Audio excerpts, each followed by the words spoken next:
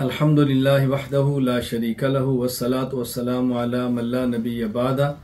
وعلی آلہ واصحابہ الذین اوفوا العہد اما بعد فاعوذ باللہ من الشیطان الرجیم بسم اللہ الرحمن الرحیم انا اعطیناک الکوثر فصل لربک وانحر ان شانئک هو الابتر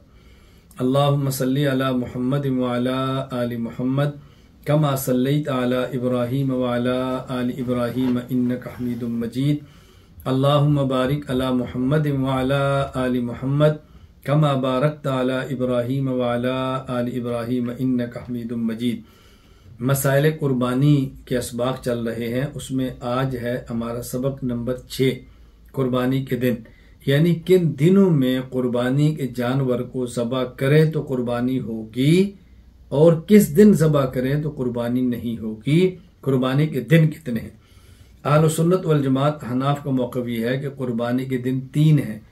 10، 11، 12 ذی الحج۔ چنانچہ بدائع الصنائع کتاب الاضحیہ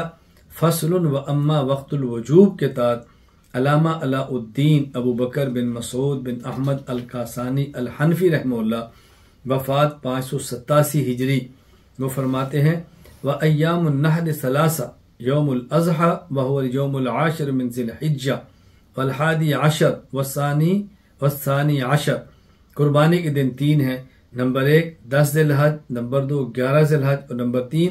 12 ذی الحج۔ وَذَلِكَ بَعْدَ طُلُوعِ الْفَجْرِ مِنَ الْيَوْمِ الْأَوَّلِ إِلَى غُرُوبِ الشَّمْسِ مِنَ الثَّانِي عَشَرِ، یعنی 10 ذی الحج طلوع فجر صبح صادق کے بعد سے لے کر غروب شمس 12 تاریخ تک۔ آگے اس پر بات آئے گی کہ جہاں کوئی عید نہیں ہے، عید کی نماز، وہاں تو آپ صبح صادق کے بعد بھی کر سکتے ہیں، اور جہاں عید کی نماز واجب ہے عید کی نماز کے بعد ہوگی۔ اس کی تفصیل آگے آ رہی ہے انشاءاللہ۔ ہمارے دلائل، دلیل نمبر 1،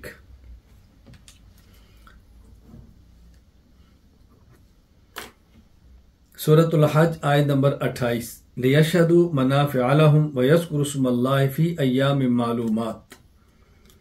تاکہ اپنے فوائد کے لیے موجود ہوں اور ایام مقررہ میں ان مخصوص چوپایوں پر اللہ کا نام لیں۔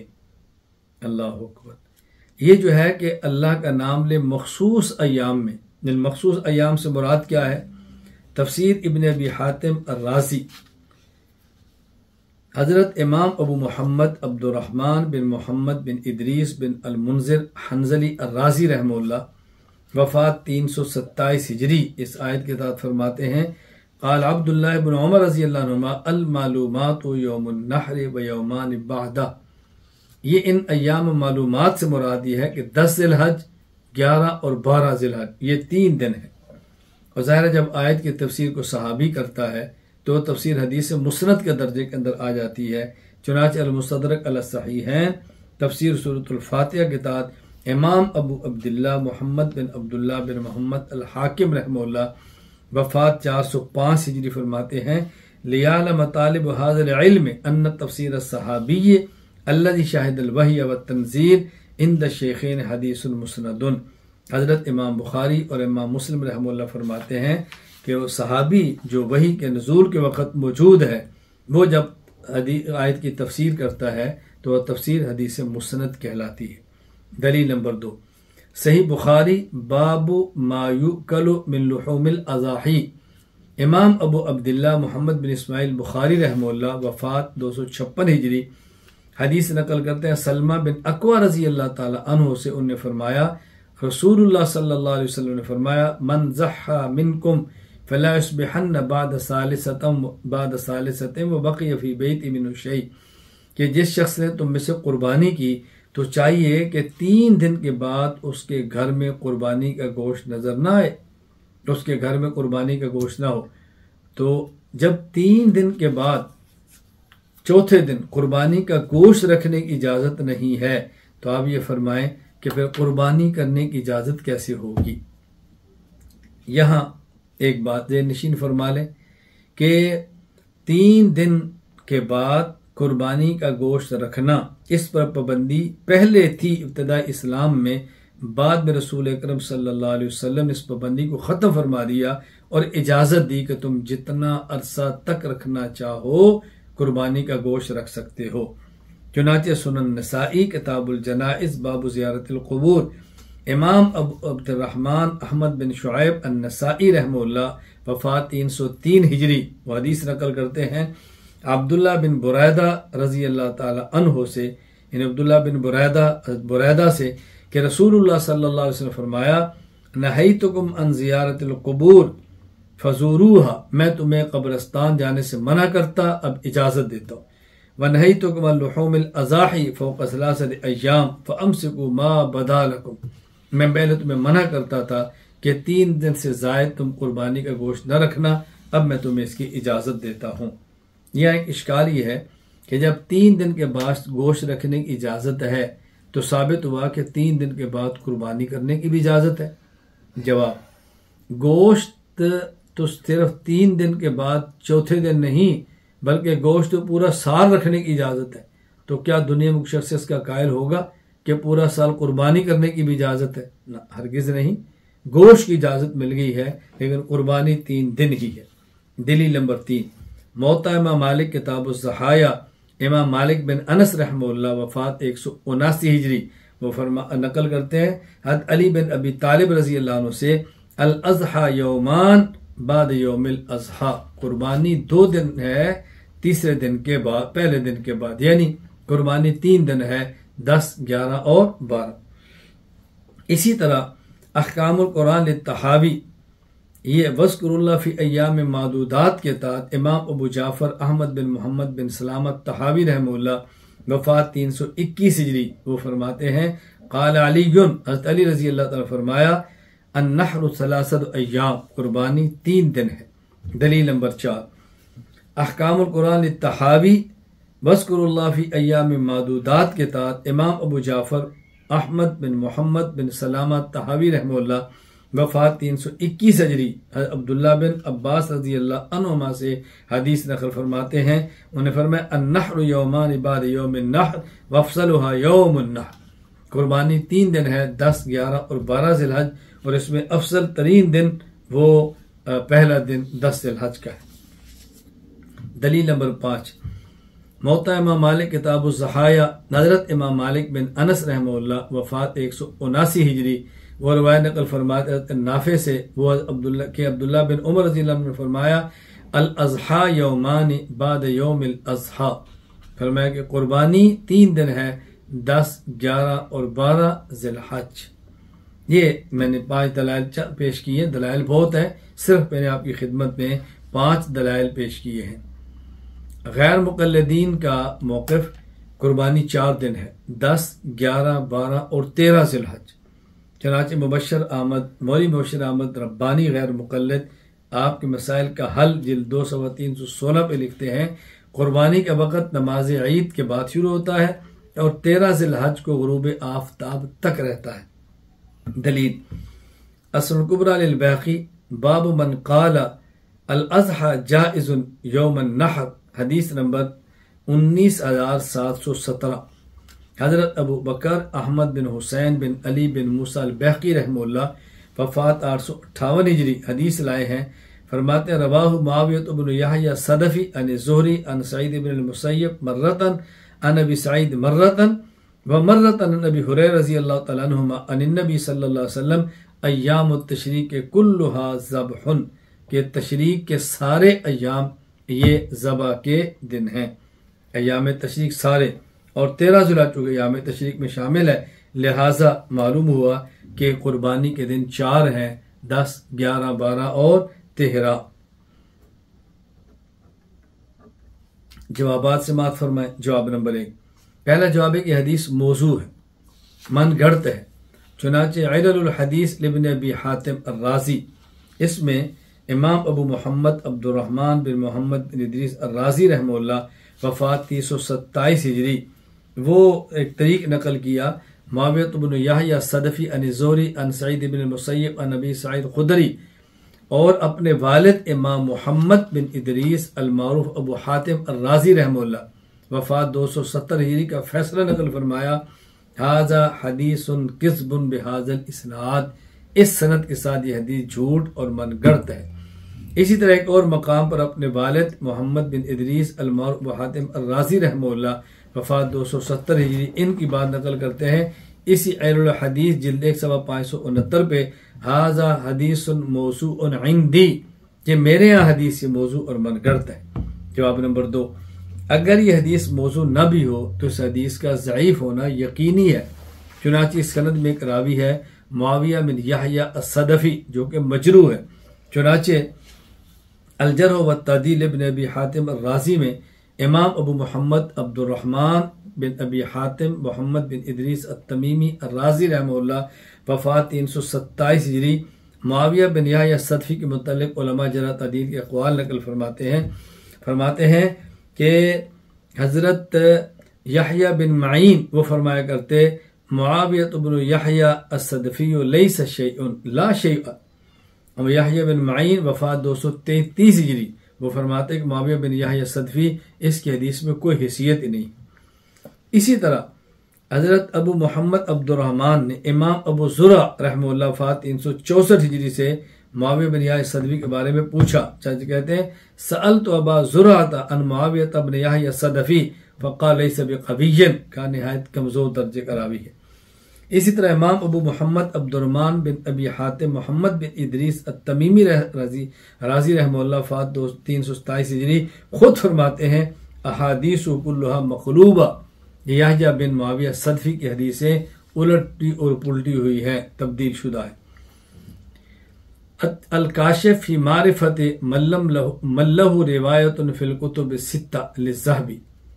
علامہ شمس الدین محمد بن احمد بن عثمان الذہبی رحمہ اللہ وفات 748 ہجری وہ کہتے ہیں ضعفوہ،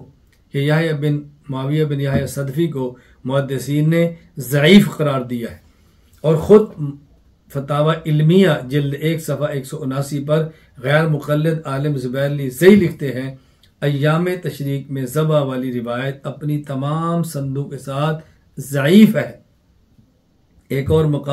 مقالات جلد 4 صفحہ 340 پر لکھتے ہیں صحابہ کرام میں سے کسی ایک صحابی سے بھی باسند صحیح یا حسن لذات ہی یہ ثابت نہیں کہ قربانی کے 4 دن ہیں،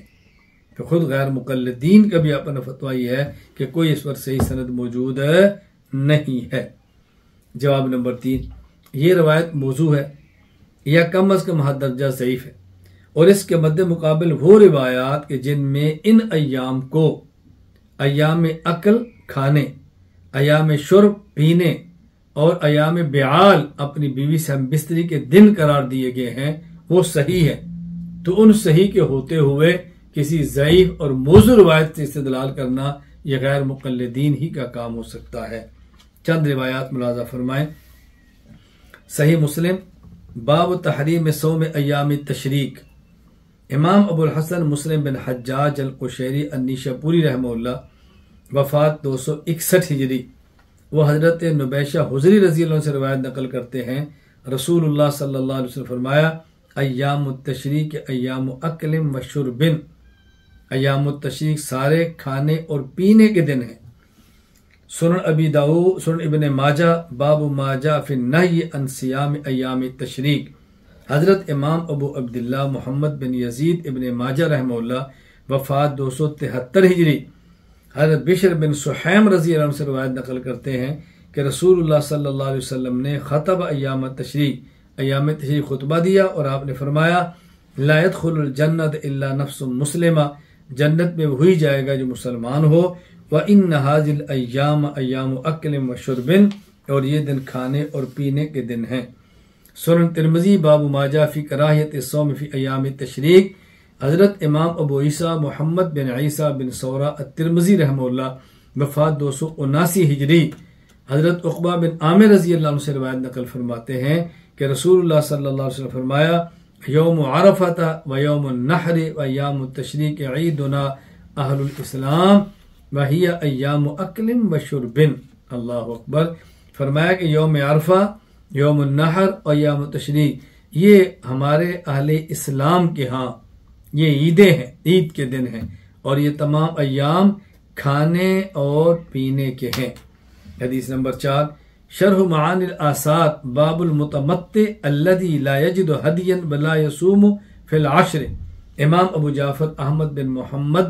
بن سلامہ طحاوی رحمہ اللہ وفات 321 ہجری حضرت سعد بن ابی وقاص رضی اللہ سے حدیث لائے کہ امرنی رسول اللہ صلی اللہ علیہ وسلم ان انادی ایام منا، کہ مجھے اللہ کے نبی نے حکم دیا کہ میں منا کے دنوں میں اعلان کروں انا ایام اکل و شرب و بیعال، یہ دن کھانے کے پینے کے اور اپنی بیوی سے ہم بستر ہونے کے ہیں، فلا صوم فیہا یعنی ایام التشریق، ان دنوں میں روزہ نہ رکھا جائے۔ نمبر 5 اتحاف الخیرۃ المہرہ بزوائد المسانید العشرہ، باب النہی عن صوم ایام التشریق کے اندر علامہ حافظ احمد بن ابو بکر بن اسماعیل البوصیری رحمہ اللہ وفات 840 ہجری زید بن خالد رضی اللہ عنہ سے حدیث لائے امرنی رسول اللہ صلی اللہ علیہ وسلم رجلا ینادی ایام تشریق، کیا مجھے اللہ کے نبی نے حکم دیا کہ میں ایام تشریق میں اعلان کروں الا ان هذه الايام ایام اکل و شرب و نکاح، لوگو یہ دن کھانے کے ہیں، پینے کے ہیں اور اپنی بیوی کے پاس جانے کے ہیں۔ دیکھیں ان تمام احادیث میں ان ایام تشریق کو کھانے اور پینے کے دن قرار دیا گیا، کسی میں بھی ذبح کا ذکر نہیں ہے کہ یہ قربانی کے دن ہے 13 ذی الحج۔ اچھی طرح بات سمجھے۔ اشکال، ایک غیر مقلدین کا سوال یہ ہے اگر 13 ذی الحج قربانی کا دن نہیں تو پھر 13 ذی الحج کو روزہ رکھنا 13 ذی الحج کو روزہ رکھنا جائز کیوں نہیں؟ جب یہ 13 ذی الحج قربانی کا دن نہیں ہے، قربانی کا دن 10، 11، 12 ہے تو 13 کو روزے کی اجازت ہونی چاہیے، پھر روزہ رکھنے کی اجازت کیوں نہیں؟ جواب بڑا آسان یہ ہے، عقل کا تقاضا تو یہی ہے کہ جب 13 ذی الحج کو روزہ نہیں، 13 ذی الحج کو قربانی کا دن نہیں تو روزہ رکھنے کی اجازت ہونی چاہیے، لیکن جب رسول اللہ صلی اللہ علیہ وسلم کا واضح ارشاد آ گیا کہ ان دنوں میں روزہ نہیں رکھنا، اب ہمیں اپنی عقل کو چھوڑنا پڑے گا اور رسول اللہ صلی اللہ علیہ وسلم کے ارشاد مبارک کو لینا پڑے گا۔ کیوں؟ ہمارے ہاں ضابطہ ہی ہے، جب اللہ کے نبی نے فرما دیا شرح معانی آثار باب المتمتع الذی یجدها ہدیا ولا یصوم فی العشر، امام ابو جعفر احمد بن محمد بن سلامہ طحاوی رحمہ اللہ وفات 321 ہجری حدیث سعد بن ابی وقاص رضی اللہ عنہ سے نقل کرتے ہیں کہ مجھے اللہ کے نبی نے حکم دیا تھا میں ان دنوں میں اعلان کروں ان ایام اکل و شرب و بیعال فلا صوم فیہا، اللہ کے نبی نے جب منع فرما دیا اب ہم عقل کو چھوڑیں گے، اللہ کے نبی کے ارشاد کو قبول کریں۔ یہاں مجھے ایک واقعہ آپ کی خدمت میں پیش کرنا ہے، اور یہ واقعہ حضرت عقود الجمان باب السادس عشر میں علامہ حافظ محمد بن یوسف صالحی الشافعی رحمہ اللہ وفات 942 نقل کرتے ہیں کہ حضرت عبداللہ مبارک فرماتے ہیں حضرت امام اعظم ابو حنیفہ رحمۃ اللہ علیہ حج کے لیے تشریف لے گئے، اور وہاں حضرت حسین کے پوتے علی کے پڑپوتے محمد بن علی بن حسین بن علی جنہیں حضرت امام محمد باقر کہا جاتا ہے ان سے ملاقات ہوئی۔ حضرت امام محمد باقر نے فرمایا انت الذی خالفت جدی علیہ الصلوۃ والسلام احادیث بالقیاس، ابو حنیفہ تم ہو جس نے میرے نانا جی کی احادیث کا انکار کیا ہے قیاس کی وجہ سے۔ امام فرمانے کہ معاذ اللہ من ذالک، یہ کیسے ہو سکتا ہے؟ اجلس، آپ تشریف رکھیں، آپ فرمائیں، کوئی بات ہے تو مجھے فرمائیں۔ پھر حضرت امام ابو حنیفہ رحمۃ اللہ علیہ نے حضرت محمد باقر سے سوالات کیا، یعنی میں کچھ گزارش کرتا ہوں پھر آپ مجھے فرمائیں۔ چنانچہ آپ نے ان سے پوچھا میں آپ سے 3 باتیں پوچھتا ہوں۔ نمبر 1 الرجل اضعف ام المرأة، مرد کمزور ہے یا عورت؟ فرمایا المرأة، عورت ضعیف ہے، صرف نازک ہے۔ فرمایا کم سہم الرجل و سہم المرأة، میراث میں مرد کا حصہ کتنا ہے، عورت کا کتنا ہے؟ فرمایا سہم المرأة نصف سہم الرجل، مرد کا دگنا ہے، عورت کا 1 گنا ہے۔ امام سے فرمانے لگے لو قلت بالقیاس لقلبت الحکم لان المرأة اضعف من الرجل، اگر میں قیاس سے کام لیتا تو میں کہتا چونکہ عورت کمزور ہے لہذا اس کو میراث میں 2 حصہ دو، میں نے قیاس کو چھوڑ دیا ہے آپ کے نانا جی کے فرمان کی وجہ سے۔ میرا دوسرا سوال الصلاۃ افضل ام الصوم، نماز افضل یا روزہ؟ فرمایا الصلاۃ، نماز۔ امام سے فرمانے لگے لو قلت بالقیاس لقلت الحائض تقضی الصلاۃ للصوم، اگر میں قیاس سے کام لیتا تو میں کہتا عورت جو ماہواری اور حیض کے دنوں میں ہوتی ہے نہ نماز پڑھتی ہے نہ روزہ رکھتی ہے، جب ماہواری ختم ہو جائے یہ عورت نماز لٹائے، روزہ لٹانے کی ضرورت نہیں چونکہ نماز افضل ہے، لیکن میں کہتا ہوں نہیں، روزہ لٹائے رکھے اور نماز نہ لٹائے آپ کے نانا جی کے ارشاد کی وجہ سے، تو میں نے تو قیاس کو چھوڑ دیا ہے آپ کے نانا جی کے فرمانے کی وجہ سے۔ تیسرا مسئلہ، البول انجس ام نطفہ، زیادہ ناپاک پیشاب کا قطرہ ہے یا منی کا قطرہ ہے؟ فرمانے لگے البول، پیشاب کا قطرہ۔ امام فرمانے لگے جب پیشاب زیادہ ناپاک ہے تو میں آپ سے پوچھتا ہوں، لو قلت بالقیاس لقلت لا غسل من المنی، اگر میں قیاس سے کام لیتا تو پھر میں کہتا کہ منی نکلے تو غسل نہ ہو، بول نکلے تو غسل ہو۔ انما الغسل بالبول، معاذ اللہ ان اقول علی غیر حدیث بل احوم حولہ۔ فرمان لگے میں نے اپنے قیاس کو چھوڑ دیا آپ کے نانا جی کے ارشاد کی وجہ سے۔ قیاس تو کہتا ہے کہ بول سے غسل ہو چونکہ نجس زیادہ ہے، لیکن آپ کے نانا جی فرماتے ہیں نہیں، وہ بول سے غسل نہیں بلکہ منی سے غسل ہے، تو میں نے قیاس چھوڑ دیا ہے۔ کہتے ہیں فقام وقبل وجہ ابی حنیفہ، امام ابو جعفر محمد باقر کھڑے ہوئے اور انہیں حضرت امام حنیفہ رحمہ اللہ کے چہرے کا بوسہ لیا۔ سبحان اللہ، کیا امام صاحب رحمۃ اللہ علیہ کی عقل تھی، اللہ ہم سب کو قدر کرنے کی توفیق عطا فرمائے۔ اچھا، خود غیر مقلد علماء جو ان کے جید علماء شمار ہوتے ہیں وہ بھی اس بات کے قائل ہیں کہ قربانی کے دن 3 ہیں، قربانی کے دن 4 نہیں۔ چنانچہ غیر مقلد عالم زبیر علی زئی ماہنامہ الحدیث شمارہ نمبر 44 اور اس کے اندر قربانی کے 3 دن لکھتے ہیں کہ قربانی کے دن عید الاضحیٰ اور 2 دن بعد ہمیں ہیں، 3 دن ہیں۔ ہماری تحقیق میں یہی راجح ہے اور امام مالک وغیرہ رحمہ اللہ نے بھی اسے ہی ترجیح دی ہے۔ یہاں عجیب بات یہ ہے کہ امام مالک بھی اس کو ترجیح دیتے ہیں، امام حنیفہ کو بھی اسی کو ترجیح دیتے ہیں، لیکن غیر مقلد کا بغض امام حنیفہ سے اتنا زیادہ ہے کہ یہی مسئلہ امام حنیفہ بیان فرماتے ہیں، یہی امام مالک، تو امام ابو حنیفہ رحمہ اللہ کا نام نہیں لیتے بلکہ امام مالک کا نام لیتے ہیں۔ چلو ہم پھر بھی خوش ہیں کہ امام مالک مجتہد ہمارے چچا ہیں، ہم ان کی بھی قدر کرتے ہیں، پھر بھی خوشی ہے کسی کا نام تو لیا ہے، لیکن ان کے بغض اور حسد پر تعجب بہت ہوتا ہے۔ اللہ میں بات سمجھنے کی توفیق عطا فرمائے۔ وآخر دعوانا الحمدللہ رب العالمین۔